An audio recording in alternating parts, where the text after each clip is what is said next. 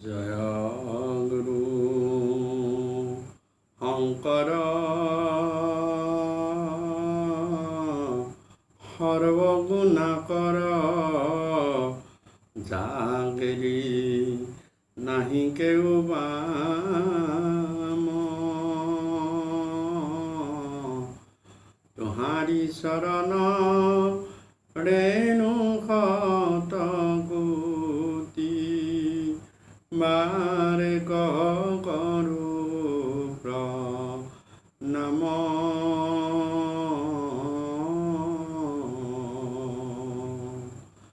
হৰম তোহাৰি চৰণ ৰেণু শত কোটি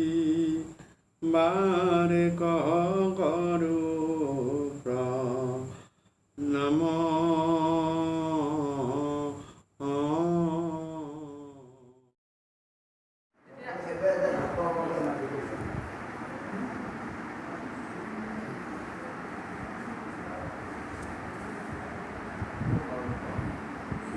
কৃষ্ণ মহাপুৰুষ শ্ৰীমন্ত শংকৰদেৱ গুৰুজনাৰ আঁচনি গোটেইখিনি কথা ক'লোৱেই বাৰু। এতিয়া বৰ্তমান অকণমান মই শেষৰ কথাখন আমাৰ মানে নুশুনিলে। এইবিলাক হৈছে পৰম ভকতিৰ কথা, বুজিছেনে? এয়া ভক্তিভাৱেহে বুজিব লাগিব, পণ্ডিতালি কৰি বুজিব নোৱাৰি। কাৰণ বেদৰ পৰোক্ষবাদ পণ্ডিতে নুবুজয়, মূৰ্খই জানয় যদি গোবিন্দক ভজয়। বুজিছেনে? গোবিন্দক ভজনা কৰিলে বেদৰ পৰোক্ষবাদটো বুজি পাব, প্ৰত্যক্ষটো বাদ দি পেলাই পৰোক্ষটো বুজি পাব। শংকৰদেৱৰ দুগৰাকী পত্নী আছিল, নাছিল জানো? সেইটো দেখিলে নহ'ব। সেয়া হৈছে আগৰ গৰাকী আছিল মায়া মাতৃ, পাছৰ গৰাকী হৈছে ভক্তি মাতৃ। কিন্তু সকলো মায়া চুৰি ভকতি কৰোঁ দানা, তেওঁ আহি পেলাই শেষত উদাসীন ধৰ্ম পালন কৰিলে। গৃহস্থী কৰি উদাসীন ধৰ্ম, কন্যা আশ্ৰম পালন কৰিলে। কিন্তু এনেকুৱাকৈ পালন কৰা নাছিল যে তেওঁলোকক খাবলৈ নাই তাতে থৈ পেলাই গুচি আহিম, তেনেকৈ নহয়। ধন সম্পত্তিৰে ভৰাই যে তোমালোকে খাব পাৰিবা, আৰু তাৰপিছতে তেওঁক তাত থৈ গুচি আহিছে, নহয় জানো? সেইকাৰণে গুৰুজনাৰ ধৰ্মটো হৈছে এক নৈনাম ধৰ্ম, উদাৰ ধৰ্ম, যিটো বিনুৱাভাৱে কৈছিল যে মই বিভিন্ন স্থানত বিভিন্ন জেগাত ধৰ্ম পৰ্যবেক্ষণ কৰিলোঁ, কিন্তু শংকৰদেৱ আৰু মাধৱদেৱৰ ধৰ্মৰ দৰে উদাৰ ধৰ্ম ক'তো নাপালোঁ। আৰু তেওঁ সেইকাৰণে তেওঁ সেই উদাৰ ধৰ্মকে প্ৰচাৰ কৰিছিল, গুৰুজনাৰ ধৰ্মটোকে প্ৰচাৰ কৰিছিল, কিন্তু হিন্দীত কৰিছিল। যি নহওক, ইয়াৰ পৰা যেতিয়া মধুপুৰৰ পৰা তেওঁ গুৰুজনাক তালৈ নিছিল, কাকতপুতা নামৰ ঠাইত। কাকতপুতা নামটো কিয় হৈছিল? বিভিন্ন যিবিলাক পণ্ডিত আছিল, পণ্ডিতসকলে শাস্ত্ৰ কাটি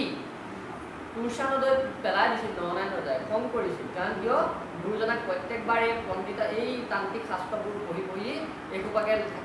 লিখি লিখি তেওঁলোকে কি কৰিছিল? গুৰুজনাক নিন্দা কৰিছিল। সেইকাৰণে গোটেইখিনি কাটি তুলসা নদীত পেলাই দিছিল। পেলাই দিয়াৰ লগে য'ত পেলাইছিল তাৰ পানীখিনি পিছদিনাখনলৈ শুকাই গৈছিল। মানে নদীৰ তুলসা নদীয়ে সেই তান্ত্ৰিক শাস্ত্ৰও গ্ৰহণ নকৰিলে। অৰ্থাৎ সেই শাস্ত্ৰ ইমানেই অপবিত্ৰ আছিল যে গ্ৰহণেই নকৰিলে নদীয়ে। তেতিয়া ৰজা অত্যন্ত চিন্তিত হ'ল। কিয়? যে আমাৰ ৰাজ্যত এই জেগাখিনি অপবিত্ৰ হ'ল, এতিয়া কি কৰা হ'ব? গুৰুজনাক সুধিলে যে প্ৰভু এতিয়া কি কৰা হ'ব? গুৰুজনাই কৈছিল যে আমাক পৰাই হ'লে তাতে সংস্কাৰ কৰিবা। এতিয়া আমি বুজিব লাগিব, অৰ্থাৎ পৰম পবিত্ৰতাৰ চৰণৰ ধূলি ব্ৰহ্মা ধৰে ক্ষীৰে ধৰে পবিত্ৰ হওঁ বুলি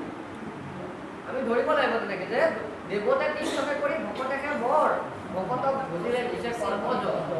কৃষ্ণক পাইবাৰ জানা ভকতেকে পন্থা, মহয় গীতা ভাগৱত গ্ৰন্থা। ইয়াৰ পৰা যেতিয়া তেওঁ তালৈ লৈ গৈছিল সেইবাবে, নহ'লে ইয়াতে তেওঁক সংস্কাৰ কৰিব পাৰিলেহেঁতেন। মই সেই ব্যাখ্যাটোৱে কৈছোঁ। ইয়াৰ পৰা যেতিয়া তেওঁ নৰনাৰায়ণ ৰজাই তাত চন্দন কাঠৰ চিতা, গৰু ঘিউ আদি কৰি তাত যোগাৰ কৰি ৰাখিছিল। তাত যেতিয়া চিতাত উঠাই দিলে এটা পুষ্প বৃষ্টি হৈছিল, স্বৰ্গৰ পৰা দেৱগণে পুষ্প বৃষ্টি কৰিছিল। সেইকাৰণে সেই ঠাইৰ নাম সেই স্থান অন্তে পুষ্পকান্তি নাম কৰিলে। সেই থানৰ নাম কি হ'ল? পুষ্পকান্তি। আৰু যেতিয়া মুঠিত জুই দিছিল তেতিয়া এটা তীব্ৰ ভূমিকম্প হৈছিল, তীব্ৰ ভূমিকম্প। আৰু যেতিয়া তেওঁ খৰি চিতাটোৰ ওচৰতে খৰি জুইত লগাবৰ বাবে আগুৱাই গৈছিল, তেতিয়া ধূলিময় এটা পৰিস্থিতি হৈছিল। ইমানেই বতাহ ধুমুহা হৈছিল যে ইজনে সিজনক নেদেখা হৈ গৈছিল। আৰু পিছতে দেখিলে যে গুৰুজনা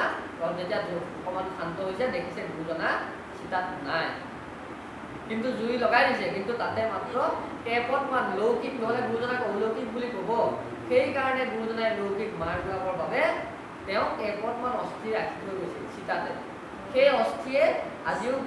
আমাৰ মধুপুৰত সংৰক্ষণ হৈ আছে। সেয়া ভকত বৈষ্ণৱক দেখুৱাবৰ অৰ্থে মাঘৰ শুক্লা দ্বিতীয়া তিথিৰ পৰা কিছুদিন বাহিৰ কৰি ৰখা হয় ভকতক দেখুৱাবৰ কাৰণে, আকৌ ৰাস পূৰ্ণিমাত কিছুদিন দেখুৱাবৰ কাৰণে তাৰ ৰাস পূৰ্ণিমাৰ পৰা কিছুদিনলৈকে দেখুওৱা হয়, আৰু পিছত সেই গোটেই বছৰটোৱে আমি সেয়া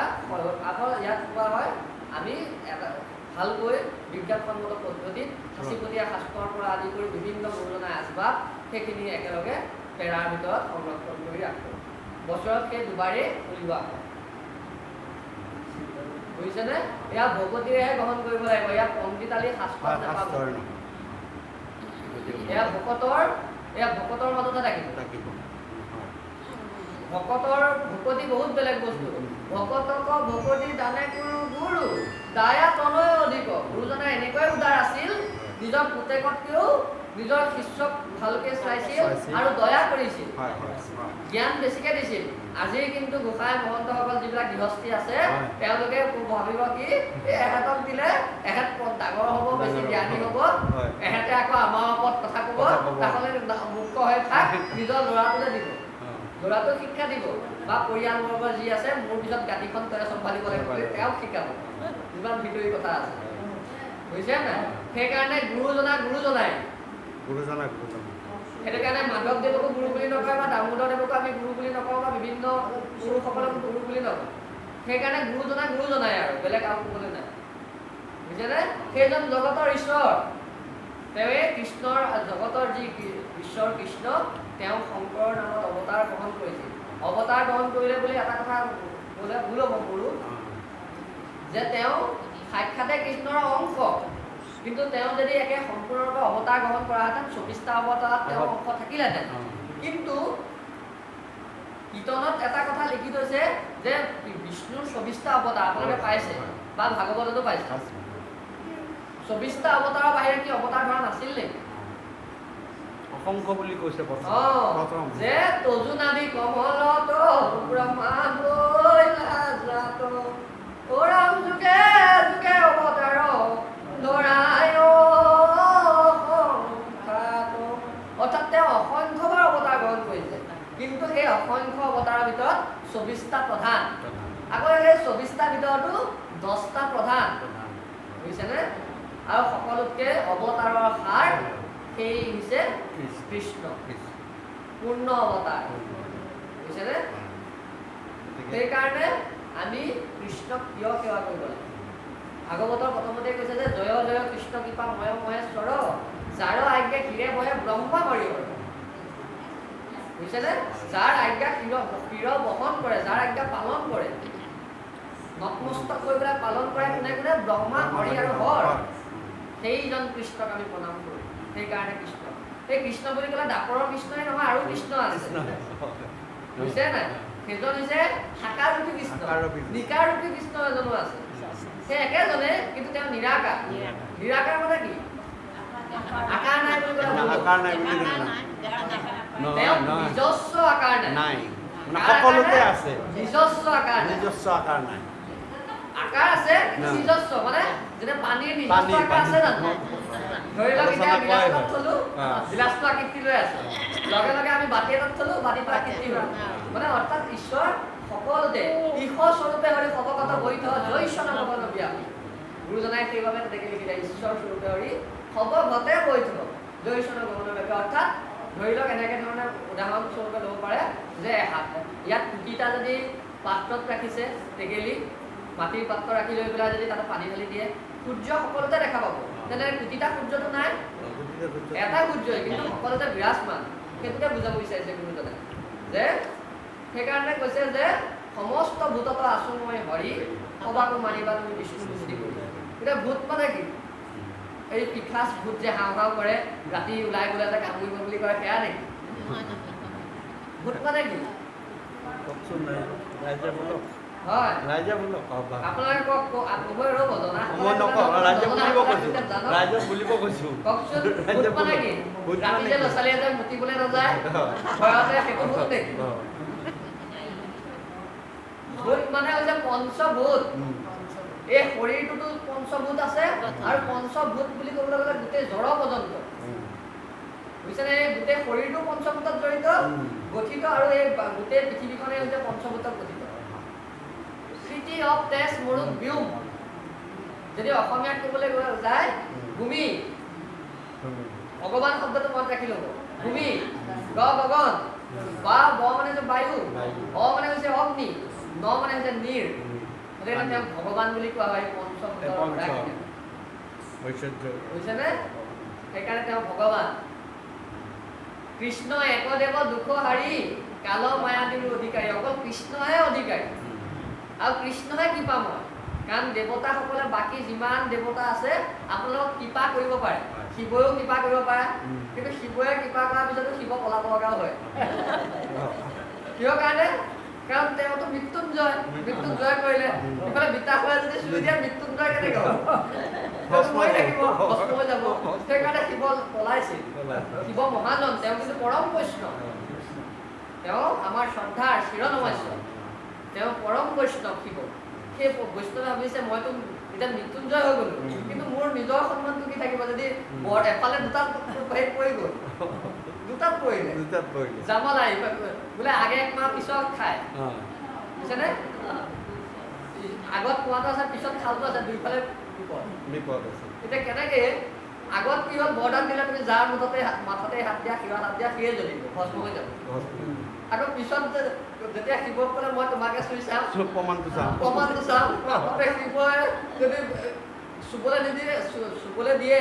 তেতিয়াহ'লে মৃত্যুঞ্জয় মৰি গ'লে মৃত্যুঞ্জয় হ্ৰাস হ'ব মৃত্যুঞ্জয় তেখেতে লাজ পাব লগা হ'ব কাৰণ তেওঁ এজন ভগৱান মানে ভগগুণৰ অধিকাৰী আৰু তেওঁ এফালৰ পৰা যদি চুই দিয়াৰ পিছত যদি তেওঁ যদি নমৰে তেতিয়া বৰদানটো কি হৈ থাকিলে তোমাৰ বৰদান এখন কামেই নিদিলে হয় নে নহয় সেই দুটা জামালাত পৰি গৈ পেলাই লাষ্টত শিৱ পলাই দিলে পলাবলগীয়া হ'ল যেতিয়া পাৰ্বতীৰ ওচৰত ক'লে মই এইবিলাক জামালাত নকৰোঁ তুমি যোৱা যোৱা যোৱা তুমি যাৰ তোমাৰ যি ঈশ্বৰ তুমি তেওঁৰ ওচৰলৈ যোৱা মই যাৰ কামনা কৰা তেওঁৰ ওচৰলৈ যোৱা তেওঁ বচালে কোনে বিষ্ণুৱে সকলোৱে বৰদান দিয়ে হিৰণ্যকশিপুৰ হিৰণ্যকশ্যপ কিমান বৰদান দিছে হয় নে নহয় এনেকুৱা এজনে বৰদান দিছিল কোনে নাৰায়ণে মই দুটা অসুৰৰ নাম কওঁ মধু আৰু কৈতৱ বুজিছেনে নাই সেইকাৰণে মধু দানৱ ধাৰণ দেৱ বৰম বৰবাদি জলুষণ চক্ৰধৰ ধৰণী ধৰ ধারণ ধেয় পরম পরমাত্ম বিদ্যা শুভ নাশ কর কর শূন্যিত সেরিব ভূরি ভগং ভোগ কুর্ষিত ভোগ ভোগন কুর্ষিত পাদ যুগ যুগ নায়ক নাগর বেদ ঋষি ঋষিরাঙ্কু বিধান পরীর সুষিম সুচিচামর বায়ু নিষেভ তনু তনু মধ্যক দেশ সুবেশ হনু হনুমন্ত হरीश সহায় রতং রতনাঙ্গ পরায় শত্রুহতম তবত্তুল স্থূল সুদীর্ঘ ভুজং ভুজগাধিপতল পশয়ন ভুজং অজরামর বিগ্রহ বিশ্বগুরু গুরু গুরুধর কামর কল্পতরু এই অজরামর বিগ্রহ বুঝছে না তেও কোনো আদি নাই যার অন্ত নাই তাকে ব্রহ্মবৈবর্ত পুরাণত কৈছে যে ঈশ্বর পরম কৃষ্ণ শশিদানন্দ বিগ্রহ শশিদানন্দ বিগ্রহ অনাদির আদি গোবিন্দ অনাদিরু আদি গোবিন্দ সর্ব কারণ কারণ মানে সকলো কাৰণৰ কাৰণ কোন এই গোবিন্দ আসলে আপোনালোকে বুজায় আপোনালোকৰ মধুপুৰৰ যিখিনি গুৰুজনাক সংস্কাৰ কৰা সেইখিনি কথাই ওলাইছিল মই বেলেগ ফালে গুচি গ'লো সেইকাৰণে এটা চাওকচোন সেইকাৰণে কৃষ্ণ বাহিৰে আৰু বেলেগ দেৱ নাই পূজাবলৈ বুজিছে নাই দেখিছে নহয় মহামায়া মায়া লাগি আহিছে তেওঁ যদি ভক্তি লাগি আহাতেন যদি মহামায়া নহ'লে মহাভক্তি হ'লহেঁতেন ভক্তি লাগি আহিলেহেঁতেন লাগিছে মহামায়া সেই মায়া লাগি আহি পেলাই তৰ্ক বিতৰ্ক একে কাজিয়া পেচাল আৰম্ভ হৈ গ'ল মধুপুৰ সত্ৰত আজি তালৈ গৈ পেলাই কি পাব দিব পাৰে তেওঁলোকে আপোনাক কৃপা কৰিব পাৰে কিন্তু কৃপাময় হ'ব নোৱাৰে বুজিছে নাই সেইকাৰণে যি এতিয়া কালি শ্যামা দেৱী কালী দেৱী পূজা কৰে হাতবোৰ ওলমাই ওলমাই কাটি কৰি বহি আছে নহয় জানো থাকে কিবাখন উলিয়াই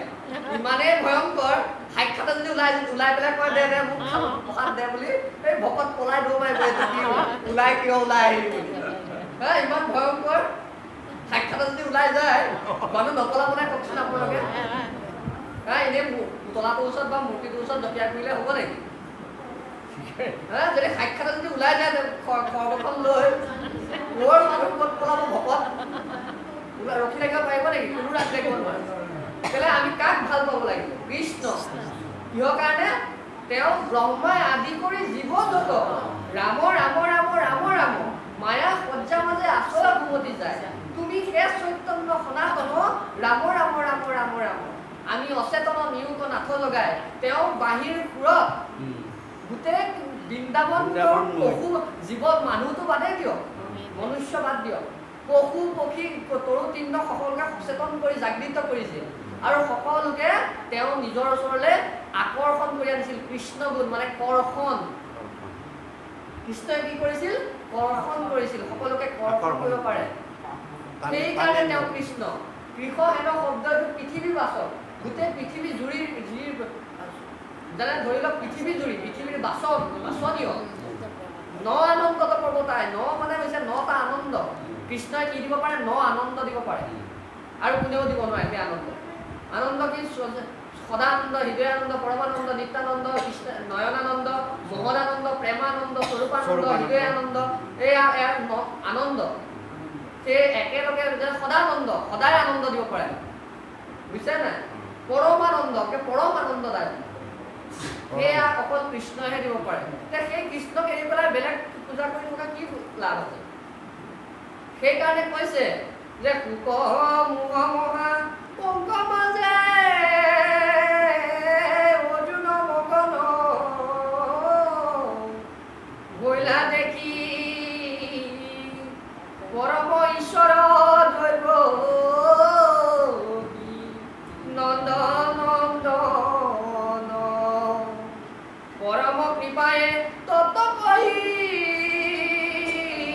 উধাৰিলা নিজ ভকতক হেন ঈশ্বৰৰ চৰণে লৈলো শৰণ সেইজন ঈশ্বৰৰ ওচৰত প্ৰণাপন কৰিবলৈ যিজন কুক মুহ মহাপংক মাজে যাতে তেওঁ বিপদত পৰিছিল কোন অৰ্জুন সেইখন সময়ত যিজনে উদ্ধাৰ কৰিছিল তেওঁক আপুনি যি বুলি ভাবক যে তেওঁক অকল ভগৱান বুলিয়ে পূজা কৰিব লাগিব সেইটো নহয় তেওঁ এনেকে আছে যে কৃষ্ণ কৃষ্ণ ইষ্টদেৱ আত্মা প্ৰিয়তম গুৰু সুদৰ সুহিত বন্ধুজন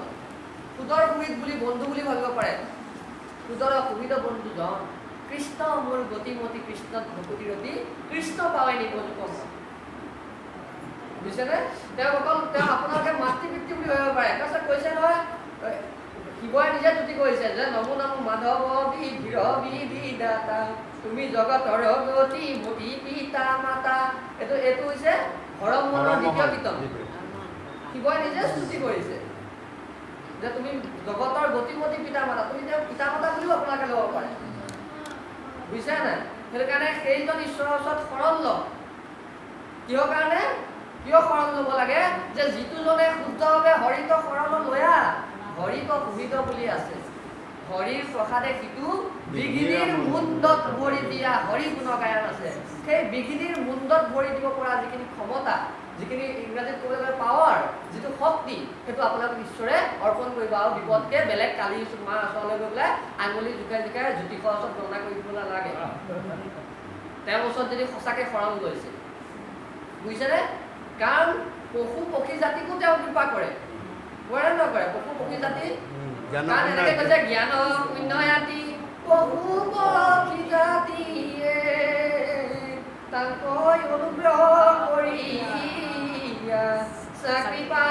কৃপাময় আকে জানি হৰি শৰণ ভগিলোৱে আমাক তোমাৰ তেজি উচিত নহয় সেইকাৰণে সেই ঈশ্বৰৰ ওচৰত হ'ব লাগে কিহৰ কাৰণে তেওঁৰ কাৰণে কোনো জ্ঞান শূন্য পশু পক্ষী জাতিও তেওঁৰ কাৰণে পেলনীয় নহয় কাৰণ চাওকচোন যদি পেলনীয় হোৱা হ'লে বলি নাখালে তেওঁ বলি খালে তেওঁ সকলোকে আপোন বুলি কৈ নিজৰ এই দুখন হাতে কি তেওঁ চাৰিখন হাতে ভকতক সাৱটি ৰাখে আপোনালোকে নিজে চাওক মই এটা সৰু প্ৰমাণ দিওঁ শিৱক উপাসনা কৰিছে কৰক আমাৰ আপত্তি নাই আপোনালোকে যেতিয়া সতী দেহ ত্যাগ কৰিছিল সেইখিনি কথা নিশ্চয় জানে তেনে নিজৰ স্বামী হৈ পেলাই তেওঁ জগতৰ কথা পাহৰি গৈছিল নে নাই জগতখনক একে তাণ্ডৱ কৰি ধ্বংস কৰিবলৈ ধৰিলে কাৰ কাৰণে নিজৰ বেলেগৰ কাৰণে কাণত উঠাই লৈ সকলো পাহৰি গ'ল জগতত পৃথিৱীত যে আৰু মানুহ আছে যে 14খন ভুৱন আছে তাত বিভিন্ন জীৱ জন্তু বসবাস কৰে সেই চব পাহৰি গ'ল তেওঁ তাণ্ডৱ কৰাত লাগি গ'ল কাৰ কাৰণে নিজৰ পত্নীৰ কাৰণে মায়াই তেওঁক বান্ধি লৈ গ'ল বুজি পাইছেনে নাই কিন্তু এতিয়া চাওক এটা মই বিষ্ণুক তুলনা এটাহে কৰিব বিচাৰিছোঁ ঈশ্বৰ কৃষ্ণ যি তেওঁ একেজনে বিষ্ণু কৃষ্ণ এইবিলাক চব তেওঁৰ অংশ আপোনালোকে এটা তেনে প্ৰমাণ চাওক যেতিয়া প্ৰহ্লাদ চৰিত্ৰখন আপোনালোকে জানে প্ৰহ্লাদৰ চৰিত্ৰটো নিশ্চয় জানে প্ৰহ্লাদে সকামী সেৱা এটা কৰিলে নিষ্কামী হৈ আছিল তুমিও নিষ্কাম মূৰৰ স্বামী তেতিয়া কৈছিল যে তোৰ মূৰৰ কথা নিতো মৰে তোক সময়ত চৰে কিয় জনা পায় প্ৰহ্লাদে মাতন্তক আছে হাঁহি হা তজু পায় মাগু এক ঘৰ তুমি প্ৰভু জগতৰ ঈশ্বৰ তোমাক নিন্দিলা পিতৃ মূৰ সিজিলা পাতক মহাগুৰ তাত হন্দে পিতৃ নিষ্ঠাৰূপ এতেকে প্ৰসাদ দিয়া মুখ সেইটো খুজি পেলাই তেওঁ বৈষ্ণৱক কৈ দিলে ভকত হৈ আছিল ভকত ছজন আছিল বুজিছে নাই ছজন ভকত উদ্ধৱ মৈত্য বিদুৰ বিভীষণ জম্বুবন হনুমন্ত এই ছজন কিন্তু তে প্ৰহ্লাদক কৈলেহেঁতেন কিন্তু তজু পায় মাগু এক বৰ আহি গ'ল বৰ তুমি প্ৰভু জগতৰ ঈশ্বৰ বুজিছে নাই যি কি নহওক বৈষ্ণৱৰ ভিতৰত শ্ৰেষ্ঠ বৈষ্ণৱ হৈছে হৰ মানে শিৱ আৰু ভকতৰ ভিতৰত পৰম ভকত হৈছে হনুমান যি হীৰা মালা কামুৰি পেলাই দিছিল ফালি দিছিল প্ৰথমতে বহিলে শুঙিলে একো ৰাম নাম নেপালে ফালি পেলাই বুজিছে নাই সেই তেন্তে সেই প্ৰহ্লাদ চৰিত্ৰত এটা কথা আছে আপোনালোকে দেখিছে প্ৰহ্লাদ চৰিত্ৰখন শুনিছে চাইছে চিনেমা হওক চিৰিয়েল হওক যেতিয়া নৰসিংহ ৰূপে হিয়া বিদাৰি পেলালে পেলোৱাৰ পিছত তেওঁ খং শান্ত হৈছিল নে যে মোৰ ভকতক নিন্দা কৰিছে ইয়াক তেওঁ খং কমত আছিল মোৰ ভকতক কিয় নিন্দা কৰিছে সেই খংটো কিন্তু উঠিয়ে আছে শেষ পৰ্যায়ত প্ৰথমতে ত্ৰিদশ কোটি দেৱতাই ক'লে যে তুমি খং শান্ত হোৱা দেৱতাৰ কথা শুনিলে নেকি নুশুনিলে নিজৰ পত্নী মানে ঘৈণীয়েকে আহিলে কোন লক্ষ্মী তেওঁৰ নাম মাধৱো কিয় কাৰণে মাধৱ মা পদে লক্ষী ধৱপদে স্বামী সেইকাৰণে মাধৱ সেই লক্ষীৰ পত্নী লক্ষী আহি পেলাই ক'লে যে হে প্ৰভু হে মোৰ স্বামীদেৱ তুমি খং কমোৱা জগতখন ধ্বংস হৈ যাব নহয় কিন্তু আৰু খং বেছিকৈ কৰি দিছে তাৰপিছত খং কোনে কমালে প্ৰহ্লাদে ভকত সেই বৈষ্ণৱে কমাইছিল মানে অৰ্থাৎ কি বুজিছে যে ভকত বৎসল হৰি বুজিছেনে ভকত বৎসল হৰি সেইটো কাৰণে মাধৱদেৱে এনেকে লিখিছে মুক্তিত নিস্পৃহ যিটো সেই ভকত নমু ৰামৰ সময় মাগু ভকতি সমস্ত মস্তক মণি ও নিজ ভকতৰ বৈশ্য ও বধুৱেন দেৱ অৰ্থাৎ সমস্ত মস্তকৰ যি মণি তেওঁ আকৌ নিজৰ ভকতৰ বৈশ্য নিজৰ ভকতৰ কি দাস যাৰ নাম তাকে কৰে বৈশ্য নাম লগ তেওঁৰ আকৌ সেই নামে আকৌ তেওঁকে বৈশ্য সেইজন কৃষ্ণক উপাসনা কৰক আপোনালোকে বেলেগ বেলেগ মহামায়া বিচাৰি শিৱ দুৰ্গা বিচাৰি ফুৰিব নালাগে বুজিছেনে তেওঁক উপাসনা কৰিলে সকলো পাব নৱনিধি পাব সেইকাৰণে সেই কৃষ্ণক উপাসনা কৰিছে আপোনালোকে কৃষ্ণকে উপাসনা কৰক গুৰুজনাই একে সত্য শুদ্ধ ৰীতি দেৱৰ সম্প্ৰীতি দেৱৰ মূল যি গুৰুজনাই সত্য হৰিনাম ধৰ্ম দি থৈ গৈছে সেই হৰিনাম ধৰ্মৰ মাজেদি প্ৰচাৰ কৰক প্ৰসাৰ কৰক নিজক তৰাই নিয়ক বুজিছে নাই সেই চৈতন্য কৃষ্ণ নাম পান কৰাৰ পিছত বেলেগ আৰু চিন্তা কৰিব নালাগে কৃষ্ণ সেয়াই আৰু মই বিশেষ আৰু নকওঁ মাত্ৰ সেয়ে ক'লো যে গুৰুজনাৰ ধৰ্মটোৰ প্ৰতি ৰতিবিধি হ'ব গুৰুজনাই শুদ্ধ দি থৈ গৈছে আৰু বেলেগ সেই কৰিব নালাগে কিয় কাৰণে শংকৰে গুদমত ঈশ্বৰ ভকতিৰত ওৰাম প্ৰচাৰিলা শাস্ত্ৰসাৰ জানি কোনো জানি নৰে জীৱিকাৰ অৰ্থে পুৰে আপোনাৰ মহৎ অৰ্থাৎ শংকৰে শুদ্ধ মত কি মত দিছে শংকৰে ঈশ্বৰ ভকতিৰ তত্ত্ব কি দিছে ঈশ্বৰ ভকতিৰ তত্ত্ব দিছে কি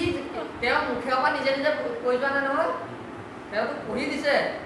পঢ়িছে কি প্ৰচাৰিলা শাস্ত্ৰ সাৰ জানি তেওঁ গোটেই শাস্ত্ৰ পঢ়ি যিটো সাৰ পাইছিল সেই শাস্ত্ৰ জানি পেলাই তেওঁ সেই সত্য শুদ্ধ বৃত্তি ধৰ্মটো দিছে হৰিনাম ধৰ্ম প্ৰচাৰিলা শাস্ত্ৰ সাৰ জানি ইহাকো নজানি নৰে এইবিলাক যিবিলাক এই ডালে গজা গুৰু আছে পাগল গজা গুৰু সেইবিলাকে নিজক প্ৰচাৰ কৰিলে ইহাকো নজানি নৰে মনুষ্যই জীৱিকাৰ অৰ্থে পৰে কিহৰ কাৰণে তেওঁলোকে কিহৰ কাৰণে প্ৰচাৰ কৰিলে নিজক জীৱিকাৰ কাৰণে আপোনাৰ মহত্ব কথা আমি একো নহয় আমি গুৰুজনাৰ দাস বুলি যত্ন কৰিব লাগে দাস সেই ঈশ্বৰ শৰণাপন্ন হোৱাৰ পিছত আৰু বেলেগকে চিন্তা কৰিব নালাগে যে মই বেলেগ এজন গণনা কৰি আহিব বুজিছে নাই সেইবিলাকতকৈ বহুত ওপৰতে বৈষ্ণৱ ব্ৰাহ্মণ ক্ষত্ৰিয় বৈষ্ণৱ শূদ্ৰ এইবিলাক ভৰিৰ তুলি বলি বৈষ্ণৱ এইবিলাক বহুত শ্ৰেষ্ঠ বৈষ্ণৱ মানে ধৰি লওক ব্ৰহ্মাৰ পিতেকে ব্ৰাহ্মণ ক্ষত্ৰিয় বৈষ্ণৱ ব্ৰহ্মাৰ পিতেক এইবিলাক ভেলু নাই ব্ৰহ্মাৰে ভেলু নাই দৌৰি ফুৰিব লাগিছিল হেৰিয়ে বিষ্ণুৰ পৰা বৰদান লৈছিল মধু আৰু কৈতৱে তেওঁকে দৌৰাই ফুৰিছিল ব্ৰহ্মাকে ভেলু নাইকিয়া কৰি পেলালে বুজিছে নাই ব্ৰহ্মাই পলাব লগা হৈছিল স্বয়ং কিমানবাৰ ব্ৰহ্মলোকৰ পৰা পলাই যায় ব্ৰহ্মলোকৰ পৰাও টানি আনেগৈ কালে এই উপদেশত কৈ আছে ব্ৰহ্মলোকৰ পৰাও ব্ৰহ্মলোকত গৈ পেলাই সাৰিব নোৱাৰে কালে তোমাক ব্ৰহ্মলোকৰ পৰাই ধৰি আনিব বুজিছে নাই ব্ৰহ্মৰ মৃত্যু হয় এতিয়া ব্ৰহ্মলোকৰ পৰা ধৰি আনিব কিন্তু সেই ব্ৰহ্মাৰ পৰা জন্ম হোৱা ব্ৰাহ্মণ ক্ষত্ৰিয় বৈশ্য শূদ্ৰ এইবিলাকৰ মাজত কৈ নাথাকিব আমি বৈষ্ণৱ কাৰ পুতেক বিষ্ণুৰ পুতেক আমি আমাৰ জাত হৈছে কাৰ জাত বিষ্ণুৰ জাত কোনো কৈৱত্য কোনো কোচ কলিতা গোসাঁই বামুণ এইবিলাক একো নাই আমাৰ বাপেক হৈছে বিষ্ণু আৰু তাতকৈ আৰু একো নাই তোমালোকৰ ব্ৰহ্মা মোবাইল সেইবিলাক তোমালোকৰ ৱেট নাই বুজিছা নাই এইবিলাক চাৰি জাতিৰ তোমালোকৰ চাৰি জাতি হয় আমি কিন্তু চাৰি জাতিতকৈ ওপৰত মই ভুল কৈছো প্ৰভু আমি চাৰি জাতিতকৈ ওপৰত আমাৰ বাপেক হৈছে বিষ্ণু আমাৰ কৃষ্ণ বাপেক যেতিয়া কৃষ্ণ হ'ব আমি তেওঁৰ পুতেক কৈ পেলাই আকৌ সেই সৰু জাতি এটাত কিয় কৰিব আমাৰ কাৰণে ব্ৰাহ্মণটো সৰু জাতি তিন সময়বিলাক আমাৰ কাৰণে আমি বহুত ওপৰত আছো সেই ওপৰত থাকিও নিজক দাস ৰূপে গুৰুজনাৰ দাস ৰূপে কৃষ্ণৰ দাস ৰূপে গুৰু দেও নাম ভকত এই চাৰি বস্তুৰ দাস ৰূপে নিজকে চিন্তা কৰক আমাৰ উপাধিৰ দাসটোৱে শ্ৰেষ্ঠ বুজিছেনে প্ৰথমতে আমাৰ যেনেকৈ চিৰি লাগে আমাক চিৰি নালাগে আমাৰ দাসহে লাগে বুজিছে নাই সেই দাস সকলোৱে যত্ন আৰু সকলোখিনি এতিয়া আপোনালোকক খাব হ'ল চাগে এমুঠি পাব সেইকাৰণে সকলোৱে যদি ভুল বান্ধি যে নিজকে নিজৰ পুত্ৰ হ'ব বুলি আমাৰ বয়স বেছি নহয় আমাৰ 20 বছৰ 20 সেইকাৰণে যিকি নহওক যদি ভুল বান্ধি যে ক্ষমা কৰিব নিজ বুলি পৰিৱৰ্তন কৰিব আৰু আজিলৈ সেৱা জনাব